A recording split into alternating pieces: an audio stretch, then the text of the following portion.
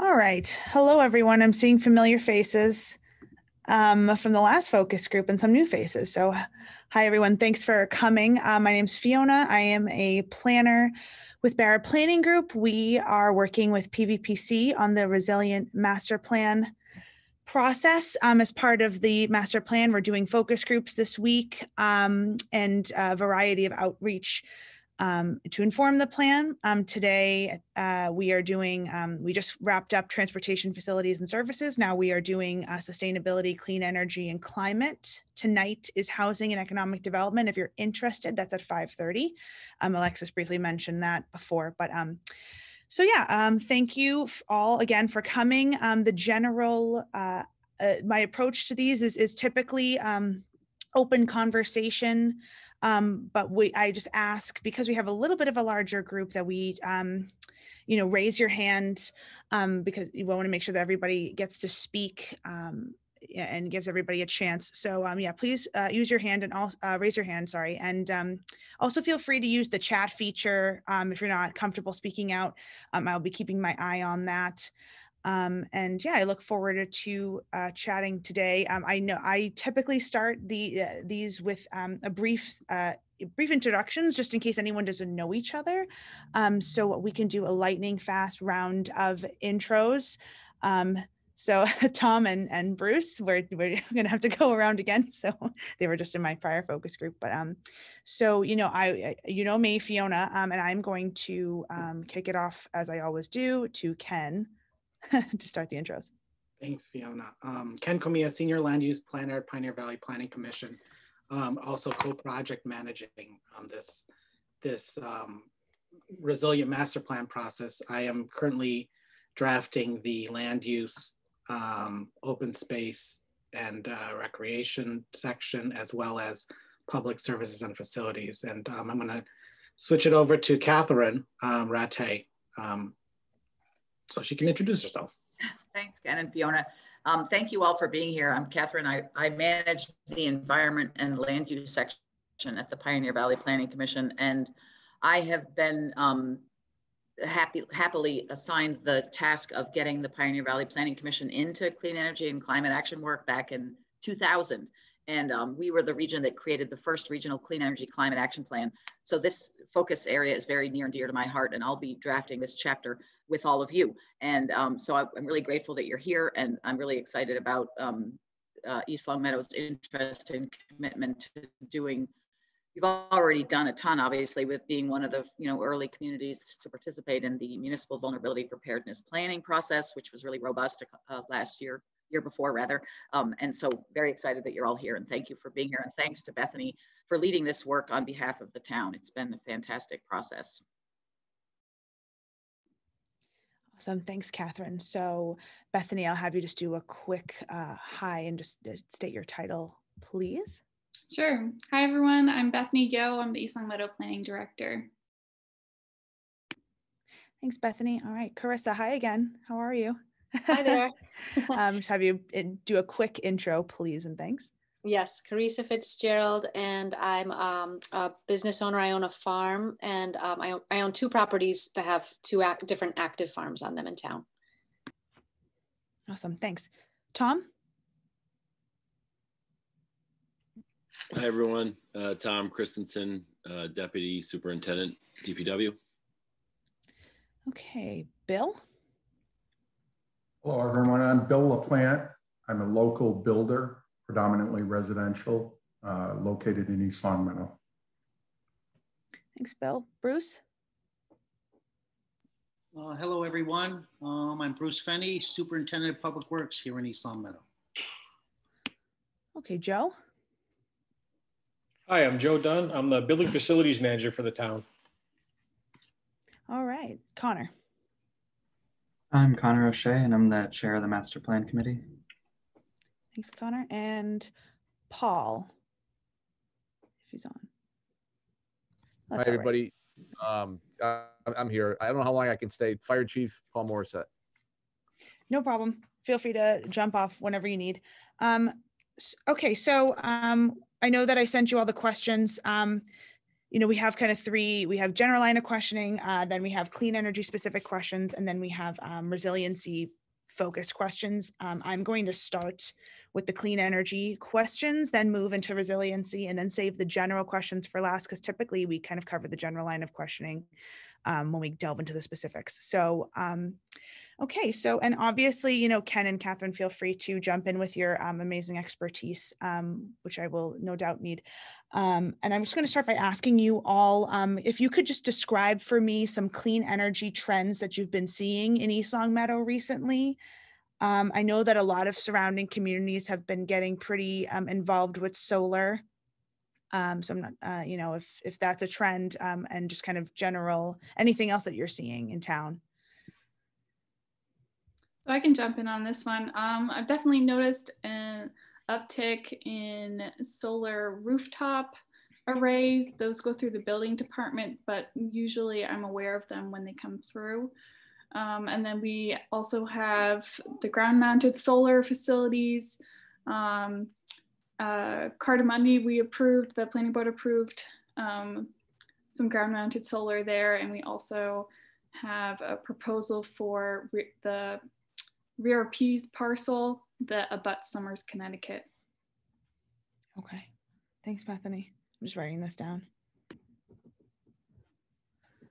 Anyone else seeing any trends? I do have one thing to share with everybody. The town is currently, we receive 3.5 megawatts of power from a solar facility in Hamden, the Altus facility. So we take those solar credits and apply them to facilities, traffic lights, and so on throughout the district. Is that at a reduced rate? Is that cheaper than what you would get from Eversource? Is that why you're doing it, or how did you make that decision? Yeah, so we actually produce solar credits. So we're paying 60 cents on the dollar for those solar credits. And those are applied to obviously certain bills within the town. That's cool. Can you just tell me how you came to that decision?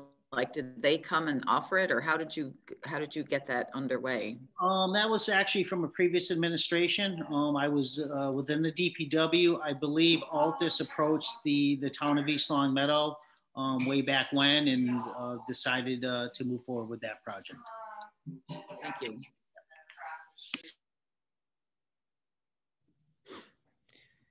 Okay, anybody else? Okay, so what, how, in terms of implementing clean energy policies in town, how is that difficult for East Longmeadow, or is that something, something that should be explored more? Just kind of laying the policy groundwork to kind of get some of this clean energy implemented and functional. There is no, I guess, those green communities. We did have that in town a few years back when we actually did have Board of Selectmen, and it got shot down at a town meeting. And I think it was basically because of obviously the increased costs. We know that green infrastructure and everything is good, but it comes at a cost. And I believe there were some builders in town as well way back when. And forgive me, I don't know the exact date. 6-7 years ago, I know it was presented to the town, but it was voted down. And that I could just add in. I mean, that was specifically related to the stretch code, because the stretch code, when you become a green community, you have to do 5 things, and one of the criteria is adopting the stretch code.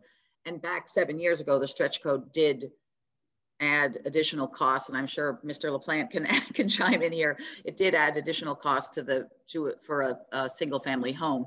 Since then, the stretch code has become the base code, and again, Mr. LaPlante, if you would weigh in, I don't know how builders are feeling about the stretch code right now, but my understanding is it's not as negative as it was back in the day.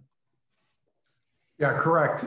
The majority of the towns that we work in now are stretch codes towns. And there is some additional cost, but most of the cost is just in the HERS rating the blower door test and installation inspections. But generally speaking, we are building to stretch code requirements under the Massachusetts Building Code currently. I want to go back to Fiona's question in terms of policy. I was wondering if there's been any talk that any of you are aware of in terms of the town setting a goal such as net zero energy by 2050. This is the Commonwealth's clean energy goal that the state of Massachusetts has set. And I was wondering if there's been any push, Carissa, maybe, you know, from the private sector, and if there's any sort of citizens group saying, hey, we want to, you know, be in sync with the Commonwealth's goals. Is anybody aware of anything like that? I'm not aware of anything like that. I did approach the town just personally, having learned about the Green Communities designation and thinking that that was like a good way to move forward with or towards some of those goals. But I don't think, maybe Bethany knows more, but I don't think there's any overarching plan, you know, to reach net zero or any policy that's been passed on that. And I had learned the same thing about how Green Communities, how they had tried to pass it a few years back, and it was the stretch code that was, you know, hard to swallow at the time. So it didn't pass. But I'd love to see that happen. And how long ago was this? I'm sorry, just for myself. When it was voted down town meeting? I think it was like 2013 maybe, or 2012. It was a long time ago. Okay. Yeah, I believe it was probably a couple years before we changed our town government, I believe. Mm-hmm. So that's been for probably 6 years, 7 years. Okay. Okay, thank you. Okay. Anybody else have anything that they want to add in terms of policies or trends that they're seeing? I guess I'll note in the community visioning session, there were a couple residents who voiced some interest in more solar panels on roofs, particularly for the town buildings that have, a lot of them have flat roofs like the schools. Mm-hmm. But knowing like the high school will probably be reconstructed at some point, that might not be the best timing, but they just wanted to put it out there as a possibility. Mm-hmm. Thanks, Bethany.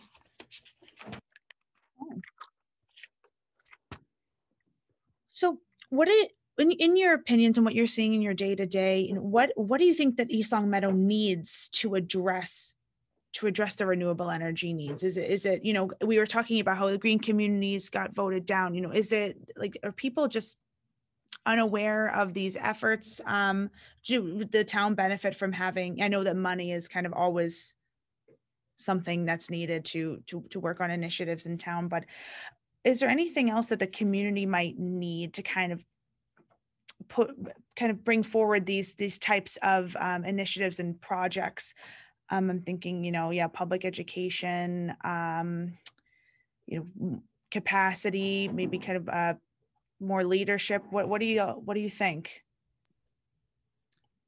I think more partnerships with like the schools. I know there's some interested science teachers who are trying to do more with their students and get them more involved in town activities that would help provide some green infrastructure of some sort. And I've had some conversations with Carissa about how to do some sort of town-wide pollinator garden challenge, just to get people thinking about different ways that they can build more resiliency into their own yards and possibly in some town property.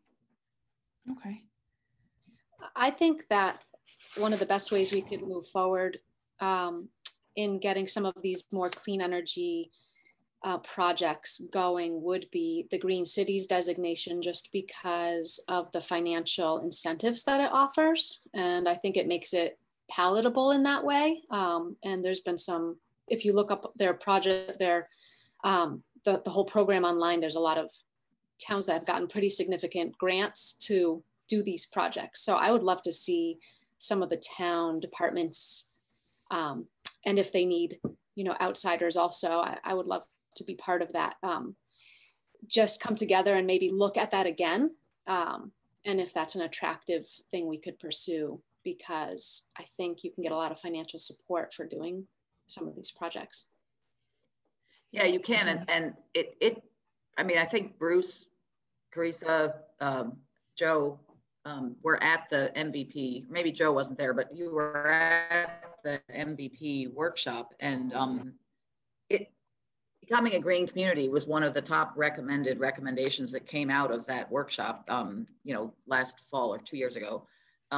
And then when we did the visioning session, there was almost universal support for the town seeking designation as a green community.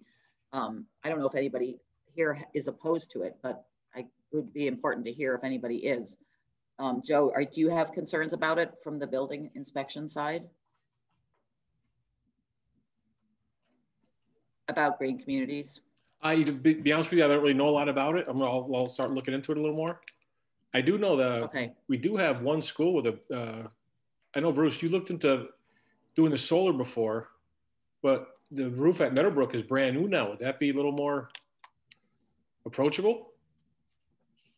Yes, actually, I've been in contact with another firm, and the firm eludes me at this point. But given our current situation and our kind of what we're dealing with COVID, I've actually put that off. They keep reaching out to me in order to put solar at our Meadowbrook facility. It's just getting the time to implement that and verify the numbers. And like I said, typically I'm not a supporter of solar mounted panels. And like you said, it's because we don't have that many new roofs. But we did just do Meadowbrook School, so we thought it was a great opportunity to get this company involved. I told that individual to reach out to me in a couple months. We're going to revisit it again. It's just we're in the middle of capital season, budget season, yeah. So we just our plates are a little full right now. But I can tell you, over my tenure in Joe's position for the last 3-4 years, that we do many projects in town. We have retrofitted Birchland Park, the entire interior and exterior lighting with LED lights. We've done Maple Shade. We've done Meadowbrook. We've done the high school a couple of times. We've done the parking lot lights at the town hall. What we're actually doing as well with Mr. Christensen is we're going to be signing a contract with National Grid to convert all our street lights over to LED. So we are doing a lot of good infrastructure improvements. We did some boiler replacements with high efficiency boilers. We did one at Town Hall. We replaced that, Joe, 8-9 years ago. Yeah, police department. Yeah, police department. So we are doing our part. You just don't hear about it or know about it, but we are doing some infrastructure improvements that are making a big difference. And Joe, we used to be at 70,000 gallons per year for oil. Now we only have a couple sites that are actually running on oil now. We've converted all. 5. Yeah, okay, 5,000. Okay, so we're down to 5,000 gallons. So we are doing things, just like you said. Without having that designation, it doesn't open up the community to these grants and opportunities. Right. So Bruce, how are they being funded primarily? What mechanisms are you using to get all that done? Some are done just based on the incentives. So I know for one, we did a boiler replacement. I think in what goes along with this, we have a talented staff. We have great guys. We have an electrician. We have a plumber. We have 2 carpenters. So we do a lot of this work in-house. We purchase the equipment, realize the savings. And so say a boiler replacement's $8,000 with the incentives, it ends up costing us $2,000, $3,000. And we take that out of operational. On the other note, through National Grid for our LED replacement, it's a 0% financing. It's on the bill repayment program. And every year we do go to an energy summit through National Grid out in the Worcester area. So we are part of that. So like you said, we're doing a lot of different things, but like you said, in order for us to realize, I guess, the bigger benefits for the bigger projects is to get that designation. Mm-hmm. And I don't want to dominate, but I do want to, while I've got Bruce and Bill and Carissa and Joe and Tom all together, and Bethany I know is already supportive, but in April, so like in a couple of weeks, the Department of Energy Resources is going to send us information about a funding opportunity where we can help our member municipalities to achieve the Green Community certification. And I'll send it to, to Bruce and Bethany and Mary and say, it's a one-page thing. If you check it off, then the state will fund us to our staff time to work with you to achieve the 5 criteria for green communities. So they pay us to work with you to develop your energy reduction plan. They pay us to do the fuel, help you develop your fuel efficient vehicle policy. They'll pay us to work with Bethany to make sure that your zoning is in place. You have to have buy right for renewable energy or research and development. You already have, so it's a very simple process. And as Carissa was saying, once you get certified, you jump through the 5 hoops, you'll receive at least $125,000 for your first projects. And then you're eligible to keep applying for competitive grants up to $500,000 to just keep doing projects. And Palmer, has already received over $1 million because they got certified back in 2013. And when they finish, they just keep applying. Belchertown, like many communities, have been just, not $1 million, millions and millions of dollars, but up to $1 million. And so it's really very little effort. Somebody will have to maintain Mass Energy Insight, but we get paid to set it all up for you. And so I'm going to be reaching out. It's going to happen before this master plan is done. The funding opportunity is going to be announced. So I'll send it out to you. But really, what I'm hearing is really encouraging because it will just make you eligible for more money. And in your first round of funding, you're allowed to use it for renewable energy. I do have some more information to share as well. It just, like you said, we're very mindful of the energy use in town as well. So Joe, as the facilities manager, each and every one of our buildings has an energy management system. So we can set loop set points on boilers, occupant set points. I mean, all kinds of things. We can, like I said, shut systems off. We can respond to emergencies and things of that nature. So we have a really robust energy management system as well.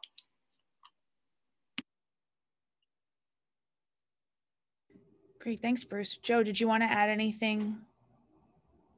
Anything additional? Actually, I wonder if that would qualify for our service building, where I've been looking into getting a split unit for it. Electric heat and air conditioners instead of the boiler there is archaic, and we're just looking into getting that done this summer, hopefully for next heating season. And we also did all the LED lights at the police and fire in the exterior, changed all the big parking lot lights, the LED fixtures. That worked. That's going to save some too. I'm sorry, where was that boiler that was? At our service building? Service building, okay, thank you. The town garage. Okay, thank you. Okay. We also have a lot of retrofit for stormwater management coming down the pike. We had a municipal inventory done last year.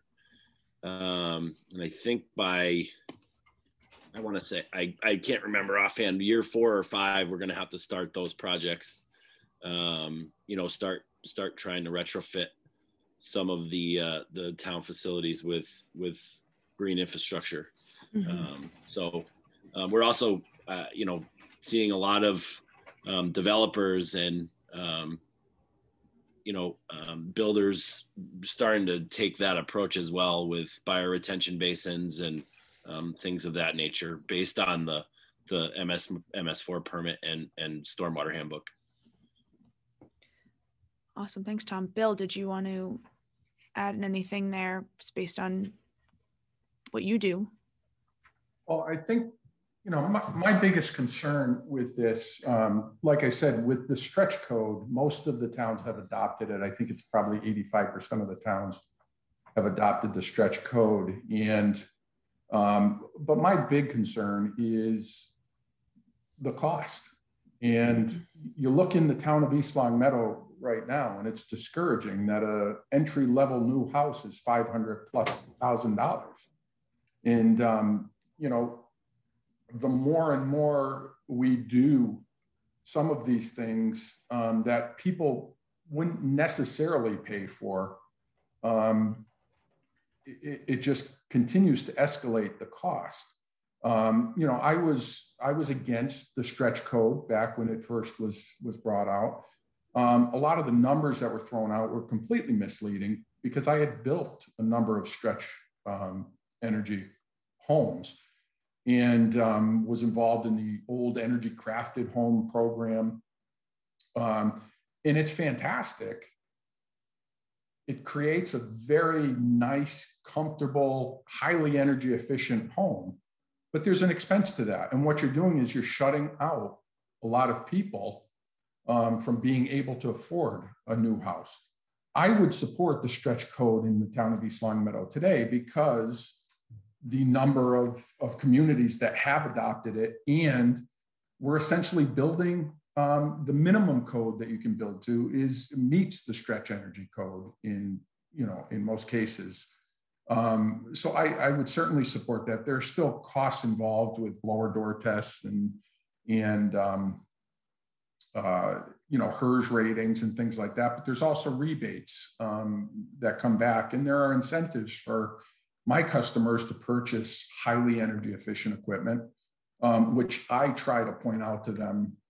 You know, oftentimes I'm talking about high SEER air compressors for air conditioning and extremely high efficient appliances and mechanical equipment whenever I can, including windows and the basic components and building materials, because there's certainly a benefit there, not only to them but to the community. So I certainly would support the stretch code, but my concern is when people start talking about, all right, we're going to make it mandatory that you have to wire for an EV, in all new homes. That to me is, again, creating more and more barriers to affordable housing. And, where do you stop? In most cases with the roof mounted solar, we're building a roof structure that can support that without a problem. So it's not a big leap to say we have to be prepared for that. But some of these other things, all coupled together, start holding people out of the market and just making it too costly to afford a home or to renovate their home. There's some communities that we're working with local banks to try to get, I don't know if you guys can hear me, my internet connection is unstable, to get energy efficient mortgages or energy efficient loans, because, if you make your home that much more energy efficient, your utility bills are much less. So you're going to pay off the cost of the extra energy efficiency by reduced bills, but it will take a couple years. And so some places mortgages will loan you more, knowing that you're going to, it's going to cost you less. Does anybody know if any banks or is anything like that in place in East Longmeadow? So I do know, I do a lot with Munson Savings Bank, which is a local bank. They actually just leased a building that I own for a new branch in East Longmeadow. And they have a program. I want to say it's a zero interest loan program for energy efficient upgrades to people's homes. So I know they are actively marketing that, and they've had very good luck with that. Great, thank you.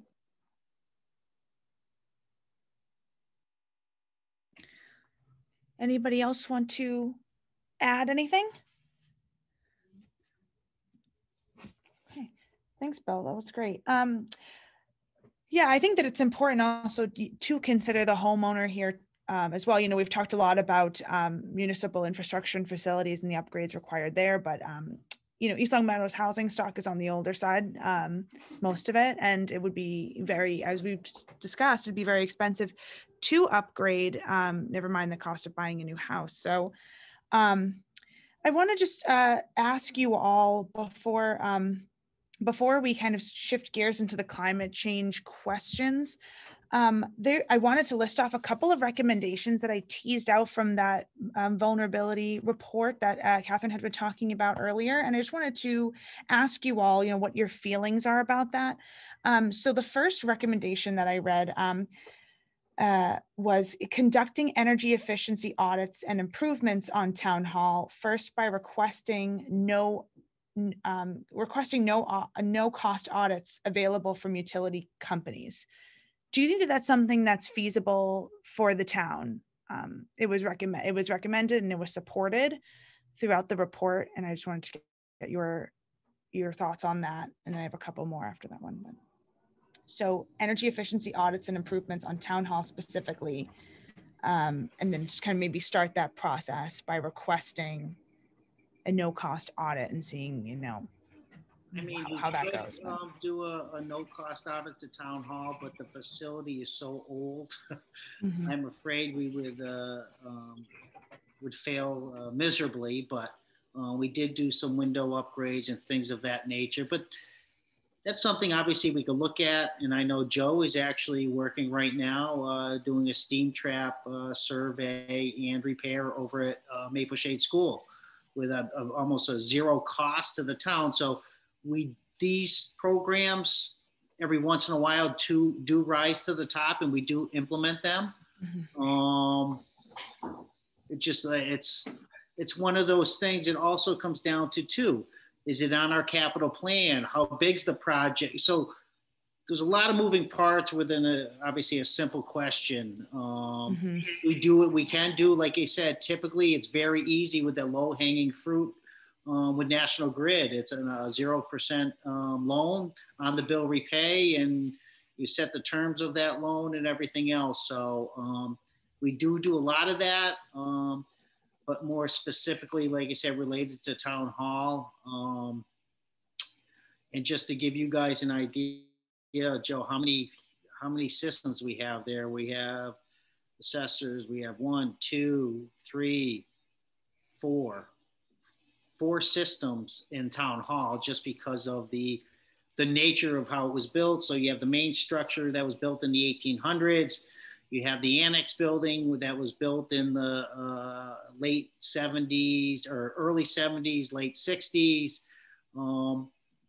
So a building like that has so many different additions, and you can't necessarily feed with the old. So there's a lot of different systems within that facility. So and this, like I said, this continues the discussion, how much we're going to sink into town hall. Like I said, more specifically, that elevator I spoke about previously.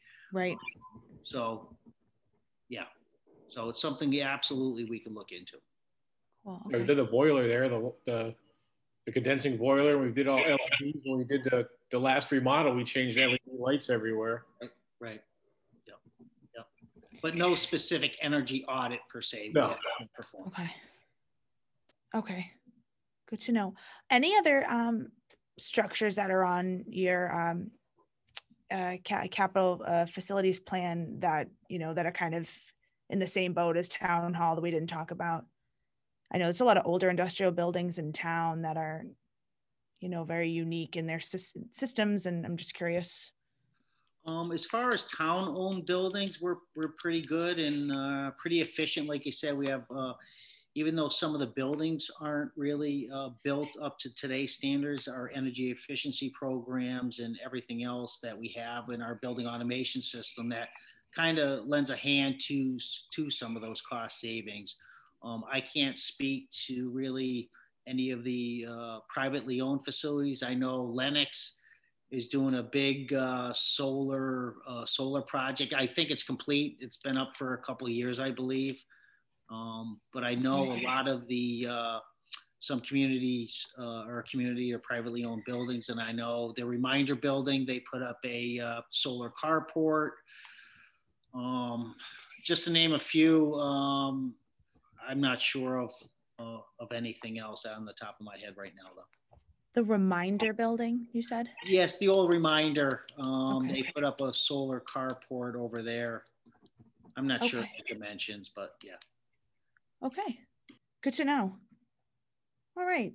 My last kind of energy related question, is there any goals, that the town should aspire to throughout the life of this master plan, which typically covers a 10 to 20-year span? Is there anything that really should be kind of a top goal in terms of renewable energy and energy conservation that you can think of?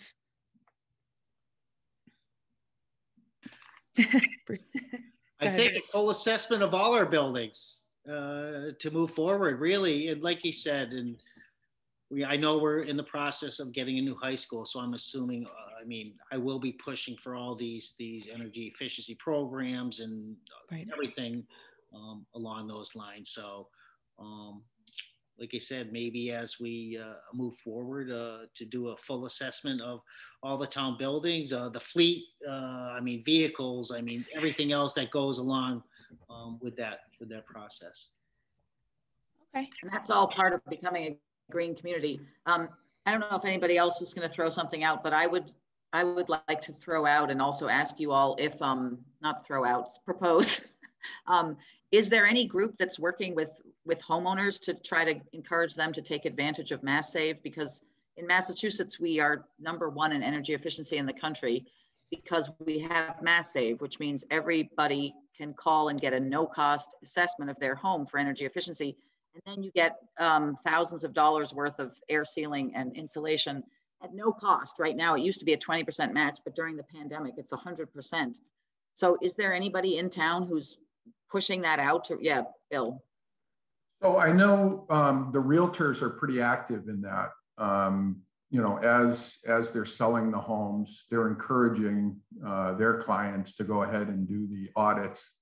I know I do it when I go out and I'm looking at homes for people, or I'm assessing projects and potential projects. But I would think that the realtors would be a good group to really push that, and I know many of them currently do, and then try to find some other groups where people are not turning over their homes and have been in their homes for many years and just want to take a fresh look at it. Yeah, if there's any group that we could work with to do messaging out to people, just emails, or I would recommend that this be something we put in the master plan, a goal that every year an increasing number of residents take advantage of Mass Save and get their no-cost home energy assessments and make their homes more energy efficient, because it will save them money, and it will reduce energy use and reduce greenhouse gas emissions, and help us all achieve our goals related to that. Thanks, Catherine. Okay, great.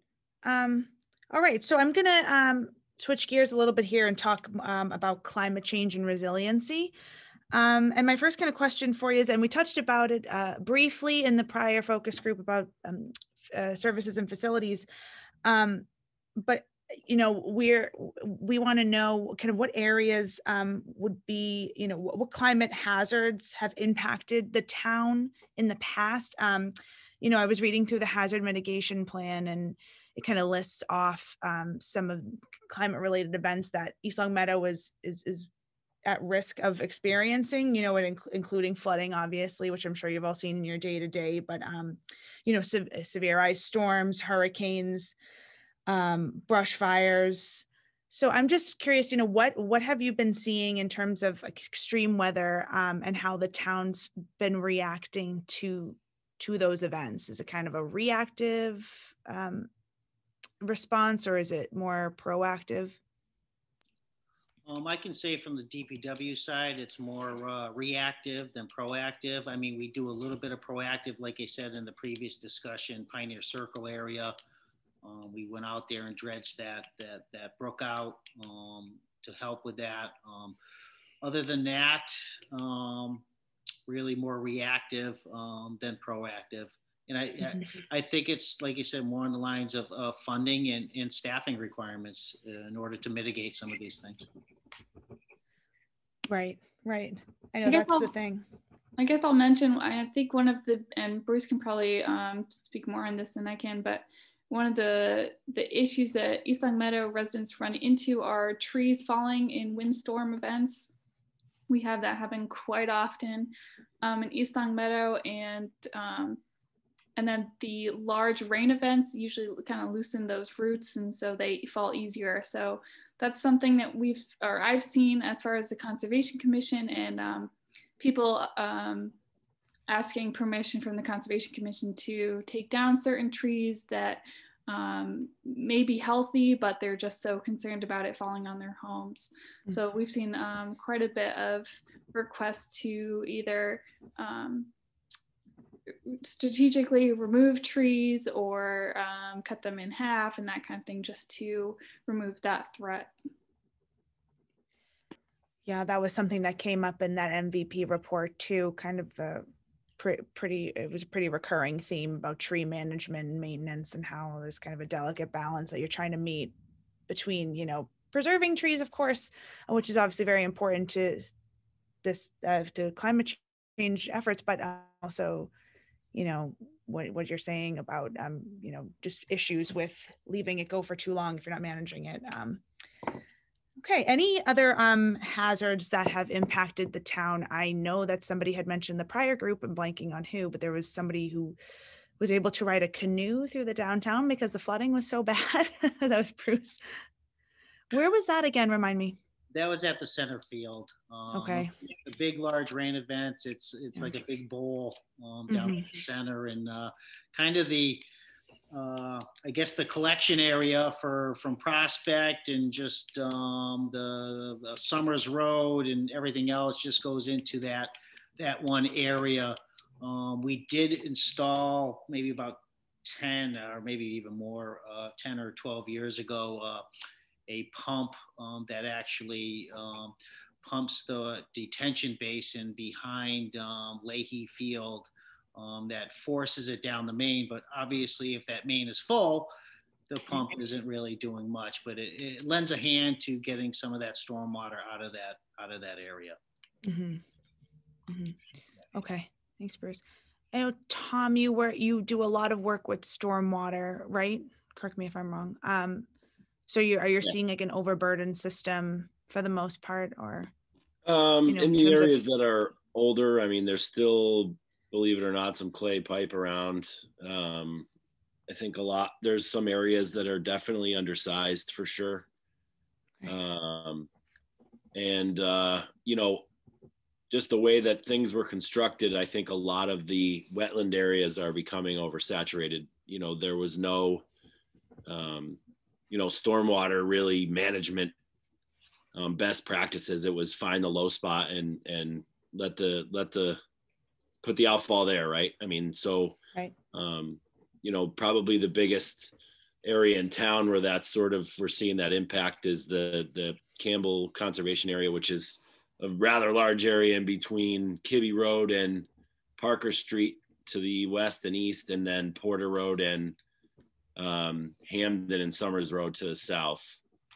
A lot of those neighborhoods just empty back into that in there, and we're getting a lot of complaints from abutters, you know, saying that the water's never been this high, and I've lived here my whole life and we've never had, you know, water up this high. And so I think, you know, the fact that East Longmeadow's been built out the last 25, 30 years is sort of, that's starting to rear its ugly head in terms of some conservation areas that are now sort of inundated with water.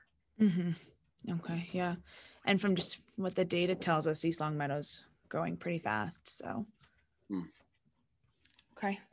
Anybody else have any other things that they want to bring up in terms of areas that are kind of more impacted by climate events in town than others? Okay. Okay, so what specific populations are more at risk? I know, you know, obviously the elderly are always a vulnerable group of folks, especially in terms of severe weather. Are there other groups in town that could really benefit from, you know, extra preparation and like hazard mitigation? You know, what comes to mind is, you know, is there groups in town that, you know, non-English speaking, and maybe like religious groups that don't utilize technology that much, or those kinds of populations? I don't want to speak for other departments, but being part of the emergency management team, it mainly focuses on the elderly housing projects. Really is the big item that I constantly hear when there's any kind of emergency, whether it's power outages, the pandemic we're currently in, snow related events, and just in general. Other than that, I don't know. Okay. What's the typical response for, like, you would obviously go to the elderly properties first, right, Bruce? And then it depends on what's going on. Obviously, we don't oversee some of these elderly or assisted living facilities. Right. It may be the housing authority. So typically, we always lend a hand, obviously, if we can, but fixing or actually changing anything, we're not able to, depending on which facility you're looking at. But like I said, the fire department is always responding, helping, pumping basements and things of that nature. So we do assist when we can, and based on the limitations that are in place. Okay. Thanks, Bruce. Okay. So East Longmeadow has an abundance of natural resources. As you all know, are there any specific, you know, the Connecticut River, you have the a couple of brooks, which I'm going to mispronounce, so just bear with me. The Pecusik, then there's also the Scantic River. What specific natural resources in town are vulnerable or potentially dangerous in a climate emergency? We didn't talk about, we've talked about areas that have been in, you know, fields and facilities, but in terms of what natural resources. They're the Jawbuck Brook Reservoir is actually impounded by a dam that the town owns. Okay. Which is got a very large maintenance bill placed on it for capital this year. So obviously that wouldn't impact the town too much. It would be everybody downstream from us, but right. You know, that's an area that, you know, obviously potentially could be dangerous if it were to fail. Mm-hmm. Okay. Yeah, you know, both of the reports that I was looking at before this, the dams come up a lot, culverts come up a lot as well, and those kind of specific, you know, those specific items. Anybody else have anything that they want to add? Any, you know, in terms of particularly water resources that are prone to flooding? And okay. All right. Yeah, they all are. Yeah, I know. No, it's true. I didn't mean to be smart. East Longmeadow has a pretty high groundwater table in most spots, and the soils don't lend for very quick drainage. So right. There are problems that arise quite often in the majority of town, in the majority of waterways. And I think Bill can attest to this. I believe probably every house you build in town, you put in a sump pump. I know I have actually 3 in my house, in my basement. So in strategic areas. So yeah, so groundwater is a concern in East Longmeadow. Okay. And to add to that, and to what Tom was talking about, is the soil. I mean, we're dealing with red clay and very, very tight soils. And like Tom said, we don't get a lot of infiltration through that material. So even when we're constructing subdivisions and have detention basins, you're not getting a lot of infiltration in those basins. Mm-hmm. Okay. Yeah, I didn't realize how bad it was.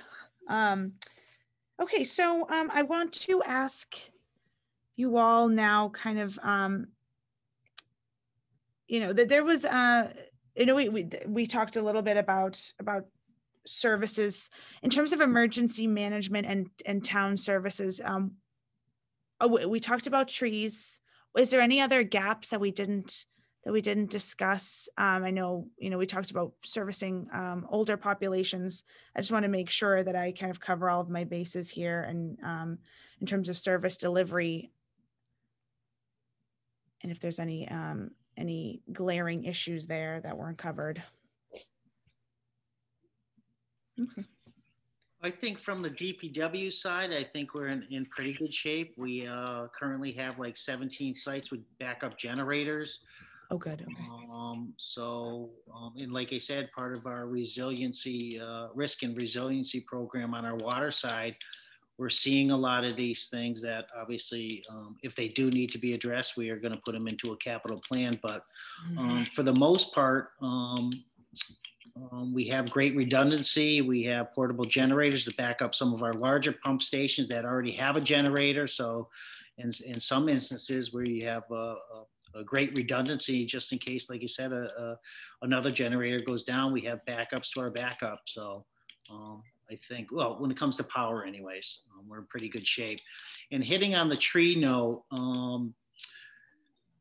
tree removal is based on our budget. We don't have a specific line item, or it's just taken out of our highway budget. And given the last couple of years, we typically go out at least twice for bids for problem trees that we can't handle in-house. And roughly from 20 to 30 grand twice a year. But next year we may only do a partial bid, just given our budget constraints. So. Okay, thanks, Bruce. Anyone else have any thoughts about service delivery, in light of an emergency, or maybe services that are kind of extra compromised if there's a climate emergency event? Okay. All right. So we're kind of breezing through my questions here, so just bear with me while I, which we already talked about green communities, but I guess my,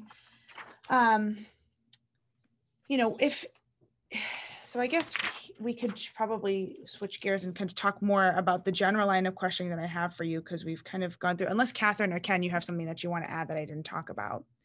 I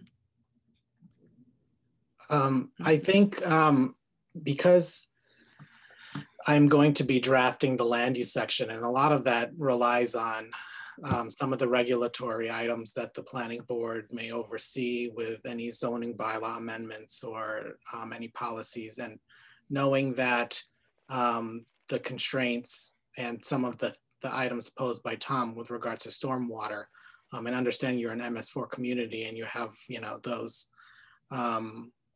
additional things that you have to do to be compliant with your permit. Identified in the resilience workshop summary is the green infra or LID, low impact development type green infrastructure discussions. And I'm not sure, Bethany, maybe you've enlightened the planning board or had some sort of discussion, or the planning board may have had a discussion with you, or the town has discussed this maybe in the workshop. But the appetite for, exploring green infrastructure. I know that Bruce has alluded to the cost of some of the items that would, obviously result in increased duties for the DPW, but I don't know if, if it's been a policy discussion that the town has looked at. As far as I know, I don't think it's come up recently with the planning board. I know we will be most likely amending the solar bylaw in the next couple of months, and I'm trying to get that on the planning board's agenda to start discussing and drafting the amendment to allow some sort of ground-mounted solar in residential zones. But besides that, I don't think they have really discussed low impact developments. So we have as part of the MS4 permit, we have some suggestions coming from our consultant to the subdivision rules and regs, which will probably include, I would assume, some LED requirement, or excuse me, lid requirements. So I haven't seen those yet. That deliverable is probably going to be here in a week or so. Suggestions for that, which will obviously lead to a discussion with Bethany and or the planning board, you know, in terms of the town making those changes to our rules and regs. Right. And this funding from the state also includes funding for assistance on regulatory improvements. So Tom, I don't know if you've been aware of that yet, but Ken, have you guys talked about that? We've set the scene, Okay. but we need to, you know, get that moving. Yeah, Catherine alludes to the funding on this project, which includes some regulatory assistance. I know that we're not necessarily wanting to be duplicative of the work that your consultants are doing on, you know, identifying lid or green infrastructure. We have funding to assist the town with some, you know, additional help, either looking at zoning or, you know, something else. So it may be that we can advance the recommendations from your consultant, that the other consultant could do whatever piece of work hasn't been done by your consultant working with Bethany to advance them. Right.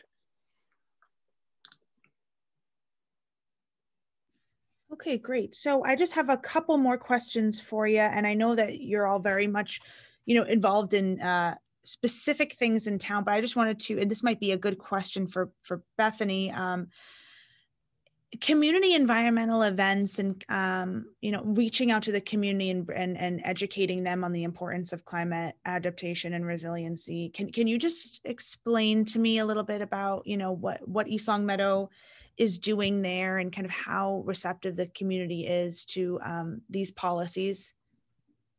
I don't think there are any programs in place necessarily for outreach, or maybe there have been in the past, but I don't know if they've been sustained.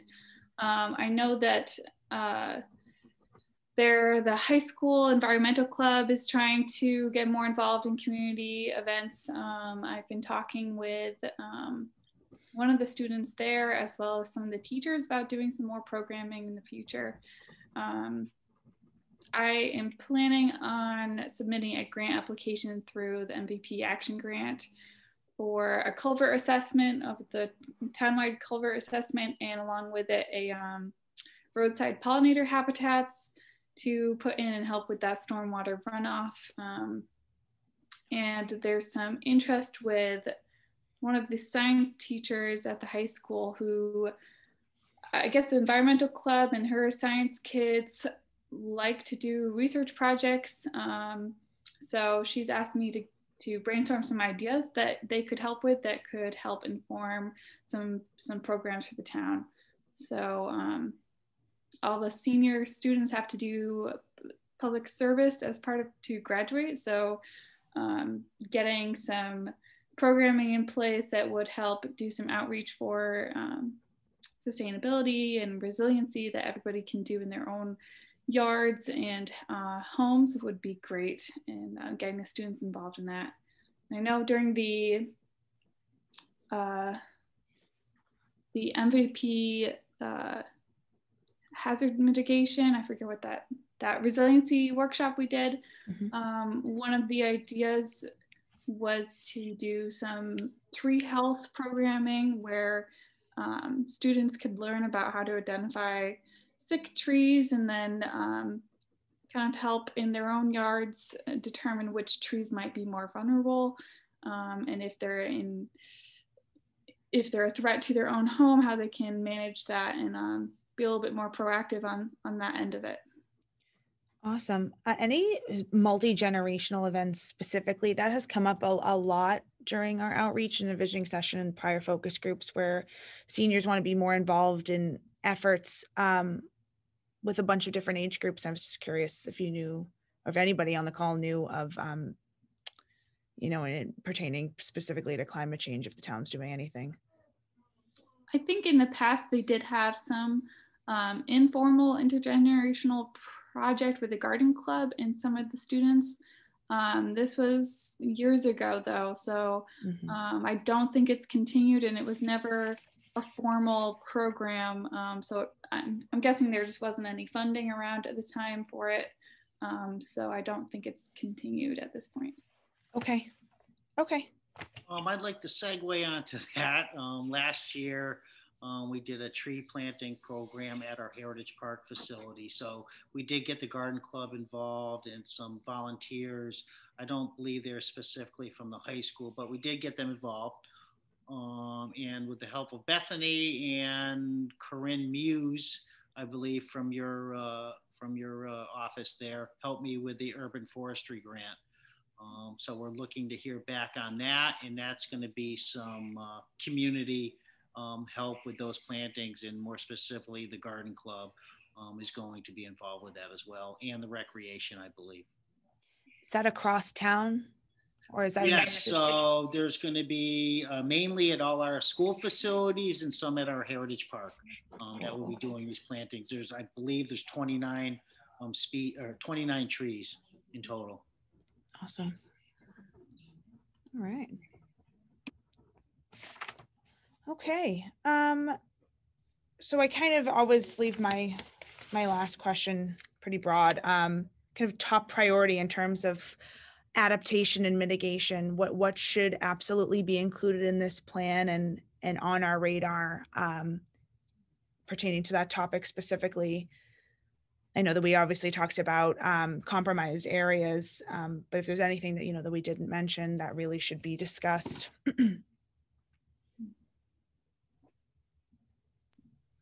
In my opinion, it's the stormwater. And like Mr. Christensen said, we have a lot of older culverts in town that need to be addressed. And I believe since I've been with the DPW for about 15 years, I think we've only done one culvert repair, and that was because we were doing the pavement on Elm Street. But other than that, like I said, more reactive than proactive. And this is kind of where the Porter Road project came into play based on the annual inspection of that culvert and the report that is given to us from the Mass DOT, who typically only inspects one culvert per year and sends us that information. Okay. So I think culvert, stormwater, and just like Mr. Christensen said, we're getting overbuilt, and we need to convey that stormwater in a more efficient manner. Okay. While one really lightning quick question, just kind of off of that, in terms of drinking water, there was just one recommendation that I just want to get all of your feedback before I let you all go.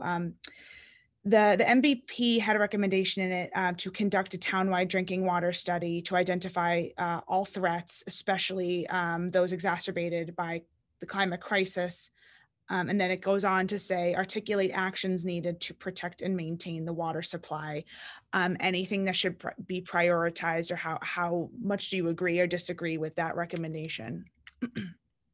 As far as our risk assessment, I told you previously, we're working on that risk and resiliency program. Right. But more specifically, we get our drinking water from Springfield Water and Sewer. So we don't have, we don't have a treatment facility. We do have some minor treatment that we do with chloramines and chlorine. But that's really the most that we do in town. And then just infrastructure improvements. Okay. Okay. All right. Anybody else want to add any last thoughts? I just wanted to ask a follow-up question, Fiona, and to Bruce and all of you, that we've had some interest from across our region at one of our commission meetings recently, where people were suggesting it would be good if we did a regional drinking water study and plan. Do you think that would be worthwhile, or you feel pretty happy with your getting water from Springfield? I don't think we have much choice in the matter. The only other area we'd be able to get water from is the Connecticut side, and it's only a 6-inch feed, and I don't think they have the capability of supplying us water. I think we have a great program in East Longmeadow, but like I said, we're really tied by Springfield Water and Sewer and what they give us and how they give it to us. So, yeah. Mm-hmm. Yeah, we've been hearing a lot of thoughts and feelings about that. Yeah, it's unfortunate. I mean, unless we started drilling wells and getting a treatment, it's millions and millions and millions of dollars, and it's, you know what I mean? We're a small community. To put that kind of infrastructure in, I think our rates are one of the lowest in around the surrounding communities. So you're just going to be adding dollar figures to the residents' pockets, unfortunately. Mm-hmm. Right. All righty. Well, we've kind of breezed through my questions. So if nobody has any other last thoughts, or Catherine and Ken, if you are all set and don't want to add anything else, I think that we are good. I'm going to put my email in the chat. I think a lot of you probably have it at this point, but just in case, follow up with any questions or concerns that you have. And yeah, we look forward to working with you again. And thank you for your time. Appreciate it. Thank you, Fiona. Thanks. Bye. Bye, everybody. Thank you.